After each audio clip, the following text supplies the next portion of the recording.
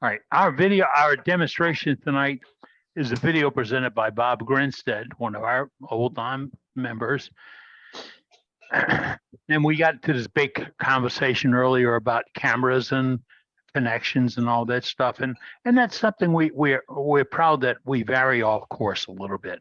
And I'm not talking way off course. I'm talking about the possibilities, what you can do in your shop with what you can build and you can make. Well, we got the vacuum trucks last week. We got into dust collection and such. Well, Bob's got this little thing for you.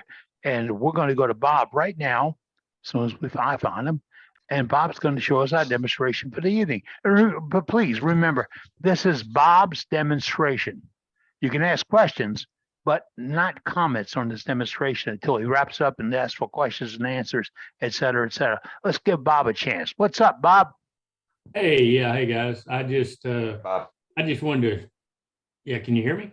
Yes, sir. You're on. Okay. All right. I just wanted to show you this. I mean, there's lots of different ideas out here for portable sawmills, you know, the Alaskan sawmills to the more expensive ones. And this one I like real well because it kind of sits off to the side. It doesn't sit on the wood itself, the actual tree trunk. And it's real easy to use. I'm telling you, it makes nice quick cuts, very straight, very level. So anyway, let me see if I can share the screen here and pop over to this video. We're ready for you. Let's see if that's it. Yeah, there we go. Can you hear it? Sawmill. Can you turn it up? That I have. It was inspired by is it better? YouTube. He made his out of tuba cores. And I thought, well, I could do that, but I'm going to make it out of metal. So I made mine out of 1-inch square tubing. Using this is a lot faster, and to me, a whole lot straighter. I can't cut a straight line or a straight slab with using just a chainsaw by hand. So this really works out great for me. I usually get the wood from tree trimmers. I call them up. I have several tree trimmer numbers in the area here, and I call them up and ask them what they're trimming for the week, and go over there about the time they're cutting the trunk down, and ask them to if I can have some wood, and they're more than willing to give it to you. They'll cut it, they'll load it, or help you load it onto a trailer. I've got a little 5x10 trailer that I use. It's easy to load it onto it, and they'll do it all for you nearly. They're not a whole lot of work on your end or on my end. So I usually want multiples of whatever the trunk is. If it's a 10-inch trunk, then I want them to cut it in multiples of 10-inch, lengths. So either 10 or 12, or let's say 20 or 24-inch length of a 10-inch trunk. That way I can bring it home and slab it out. And if they can get it bigger than that, I'd like to have it bigger. A trailer will hold up to a 24-inch trunk without a problem. 24 inches in diameter and 4 foot long without an issue.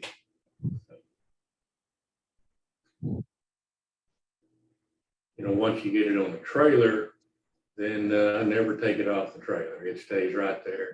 I position it in the center of the trailer, put the chainsaw mill, down the side of it, and screw it down so it doesn't move around, and screw the trunk of the tree down so it doesn't move around.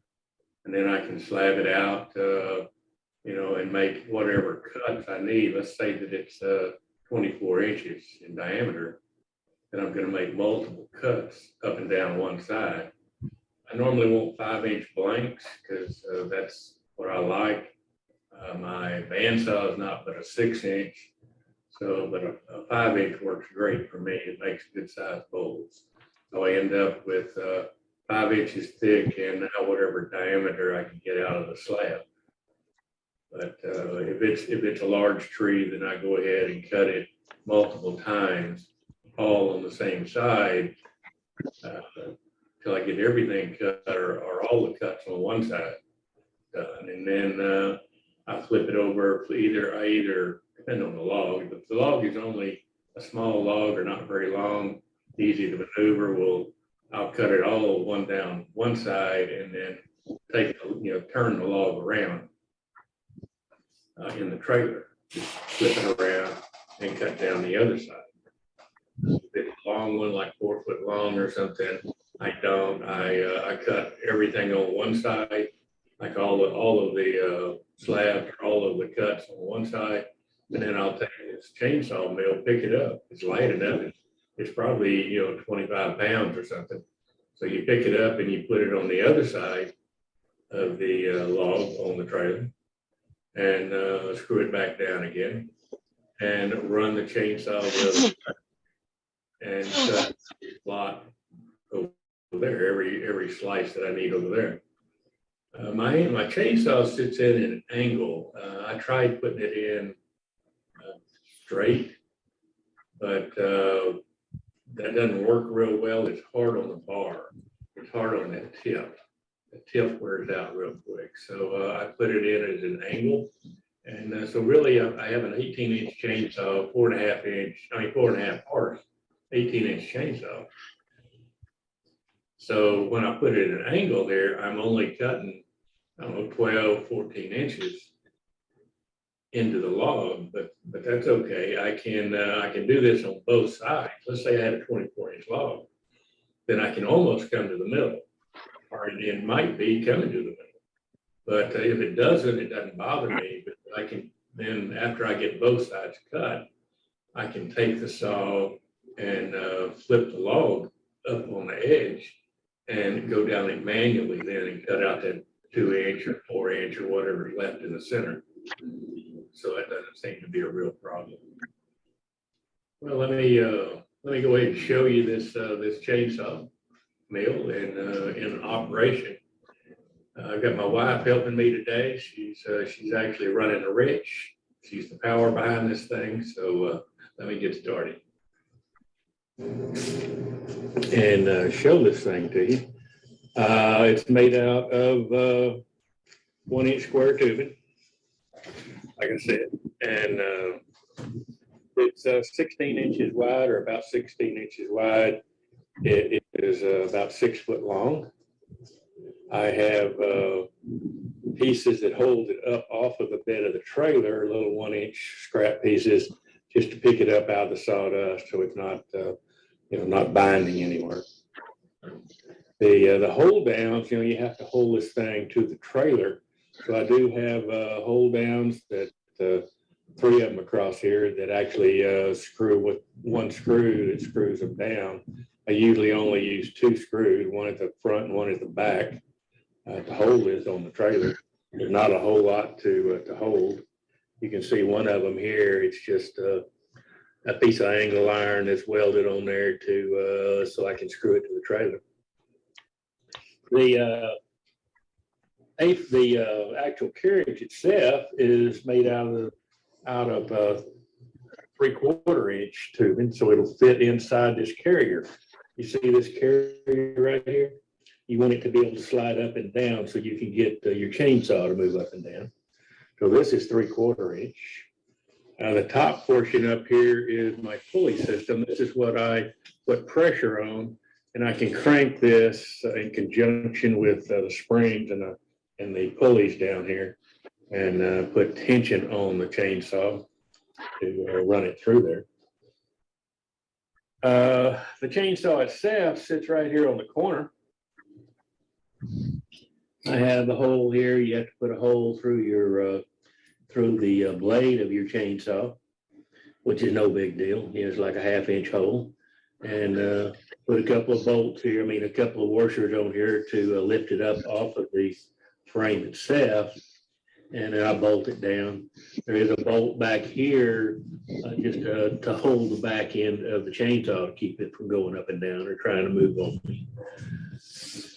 But otherwise, this centerpiece rides up and down on this piece of all threaded rod here.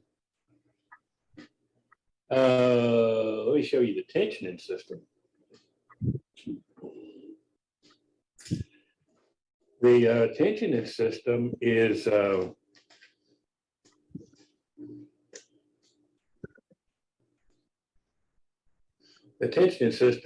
a set of pulleys. I've got double pulleys on each end. You see those double pulleys and a spring. The spring gives me tension, so I know how much tension I'm putting on it. I can sit there and watch the spring, and as it gets longer, it gets out here about 8 or 9 inches. Well, I stop putting pressure on it and let the chainsaw catch up, and then turn it some more, and it'll keep pulling it through there, through the cut. And of course, that string goes up here at the top. There's nothing special about this. I think it's like when I double it 4 times down there, I think it's like 4 times the pressure, whatever I've got on the wrench, it's 4 times that pressure on the chainsaw. Let me put the saw back on here and show you what that looks like. Okay, I have the chainsaw on here now. It's held by 1 bolt. Like I said, I think it's about a 1/2 inch, whatever, 3/8 bolt. It doesn't matter a whole lot, but that's how it's held there. And of course, in the back, I've got a bolt here to hold the back end of it up. This carriage, like I said, goes up and down real easy. The thinnest piece, I guess, from the top of the trailer to the chainsaw is 5 inches. And that's usually what I want bolt lengths anyway. So that's what my 5-inch limit on the bottom. You can make the slabs any thickness that you want them. I just can't get closer to the trailer than 5 inches. This A-frame collapses. It all comes apart. This thing comes out of here. And then this bottom piece down here flops up. So it ends up being, a couple of inches wide. That little bracket sticks out, but it's 2 inches wide and 3 foot tall and about 16 inches wide. And so you can store that. The frame itself is nothing but a flat piece that's 16 by 6 feet, and that all stores pretty easy. So let me show you how this works. Okay.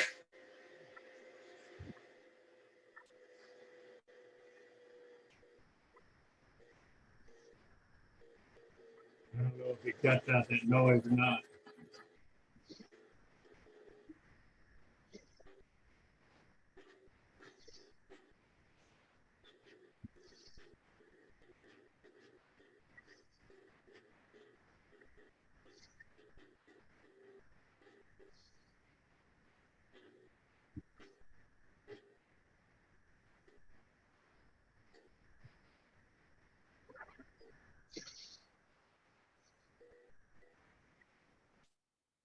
Okay, now that I have it cut, and I can, on one side, I can flip this thing around. I can either take this unit and put it on the other side of the trailer, flip it around, and come back the other direction and cut it. Or in this case, the log is small enough, I'm just gonna turn the log around. And I don't have to undo the supports on the ends or anything. Just turn it around and take it through it again and slice it right off. And then once I do that, then I'll turn it over, the whole log over, and cut the other side to my 5-inch blank or whatever size blank I want. Anyway, it's a perfect deal for me. It works great. Okay, so I have it turned around, and I'm going to cut it back the other direction. And then we'll flip it over in a minute.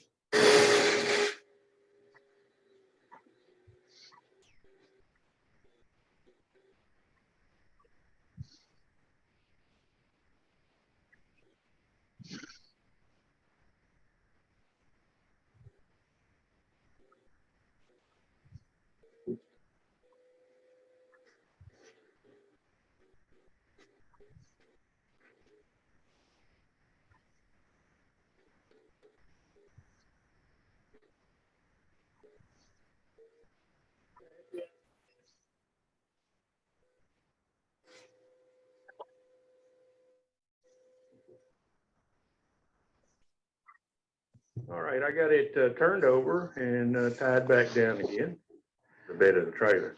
So I'm going to cut this again and make a bowl blank about 5 inches.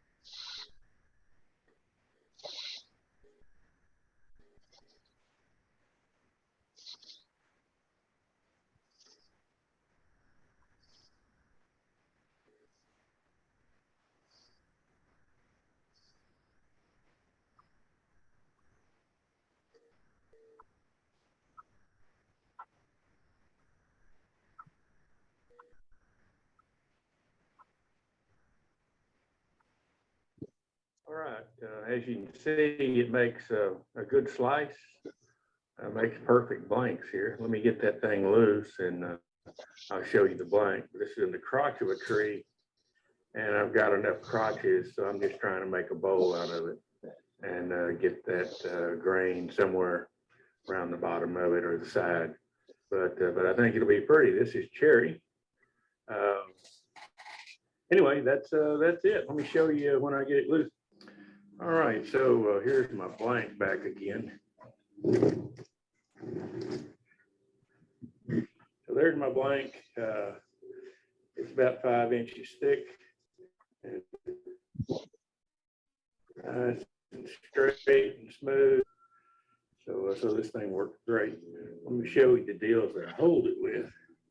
It's nothing but a piece of 2x4 on some type of one inch crap stuff. Pine. You got lag bolts that screw into the body of the piece, and then I've got a couple of screws that screws it down to the bed of my trailer. And once I get the slab cut out and flat, then I'll lay out the bowl that I want. So I take the compass and lay out the maximum size bowl.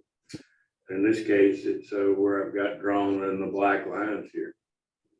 Then I take I'll take a chainsaw and cut out the worst of the excess. So that now I end up with a blank.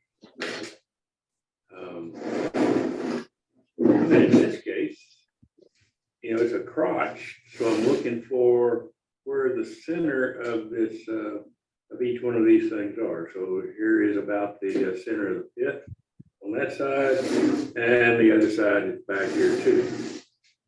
So what I want to do is to make this the top of the bowl. So when I cut it into the bowl, some of this will still be left. I'll try to make a lot of this go away. I'll end up with maybe a shallow bowl, something about like that. But it'll still be big enough for what I want, 3-inch bowl. So anyway, let me take it over to the bandsaw. I'll cut this out, and we'll go again. I have an extension table on my bandsaw. I'll have more support for the blanket, and I have it propped up down here, but it keeps it from moving around so much.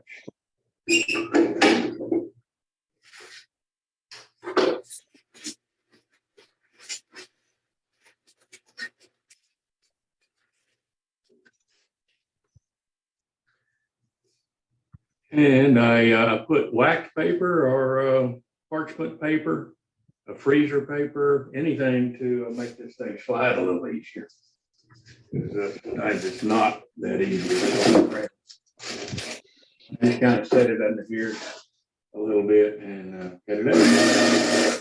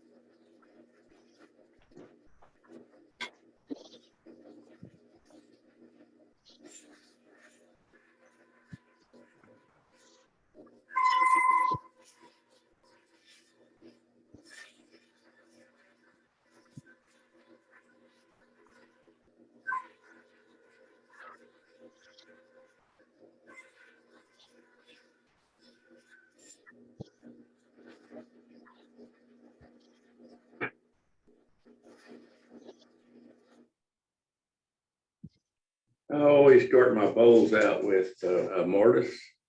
So I have a 2 1/8 inch rougher bit in here, and I just drill a little mortise in it. You know, I've tried the screw thing, and it's always either too tight or too loose, or breaks out, or so anyway, I gave up. It's easier just to drill a hole in it and use that. So that's what I do.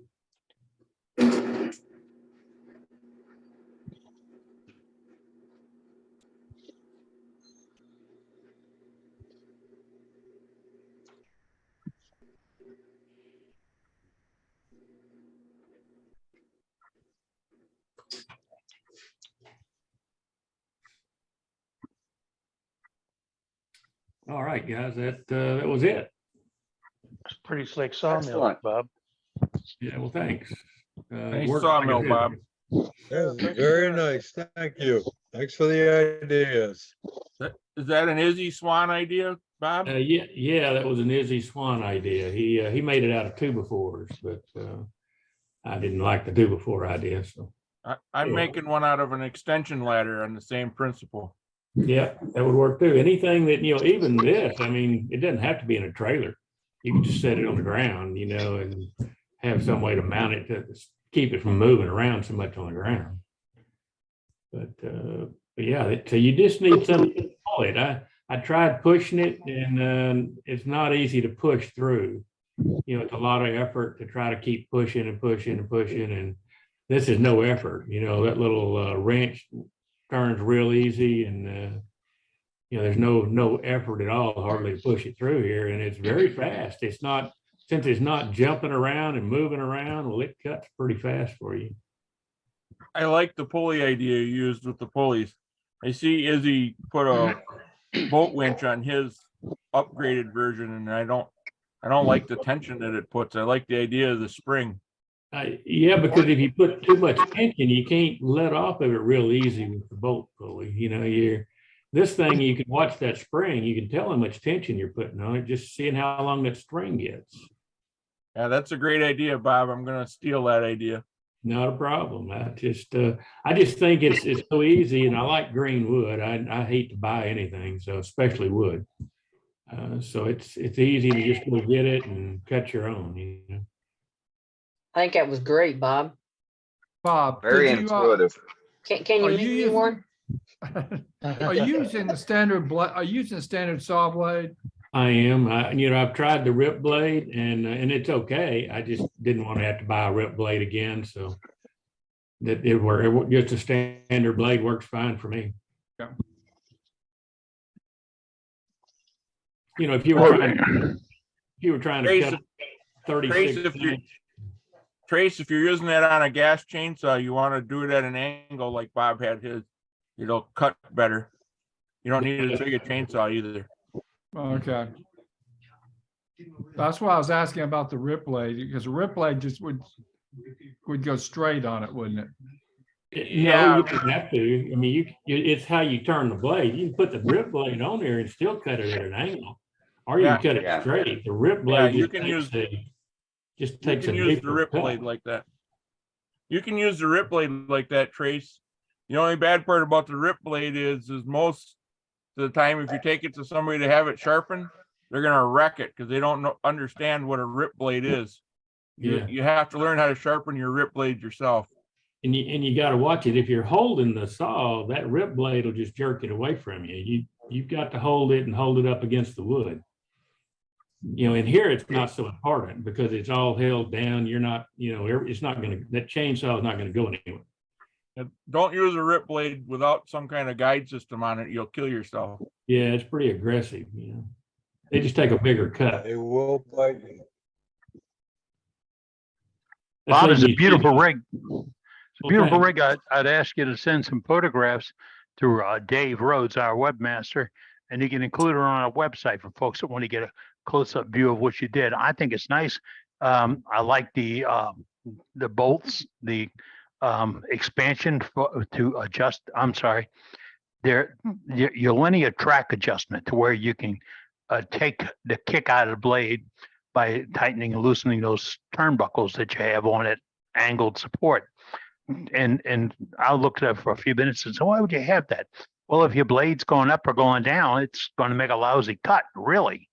So Yeah. that gets you to negative. That gets you to dead center. Yeah, I was afraid that you don't know, and you never know how they're going to cut, whether that chainsaw's sitting in here exactly level or not.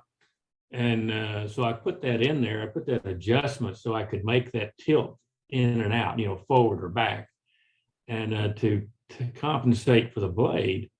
But after I did it and I got it all built, I'm not really sure that it's that important because that chainsaw is making a pretty good sized curve, and if it was way off, sure, you need some type of adjustment there. But I think if you get it kind of close, then it's not going to matter too much.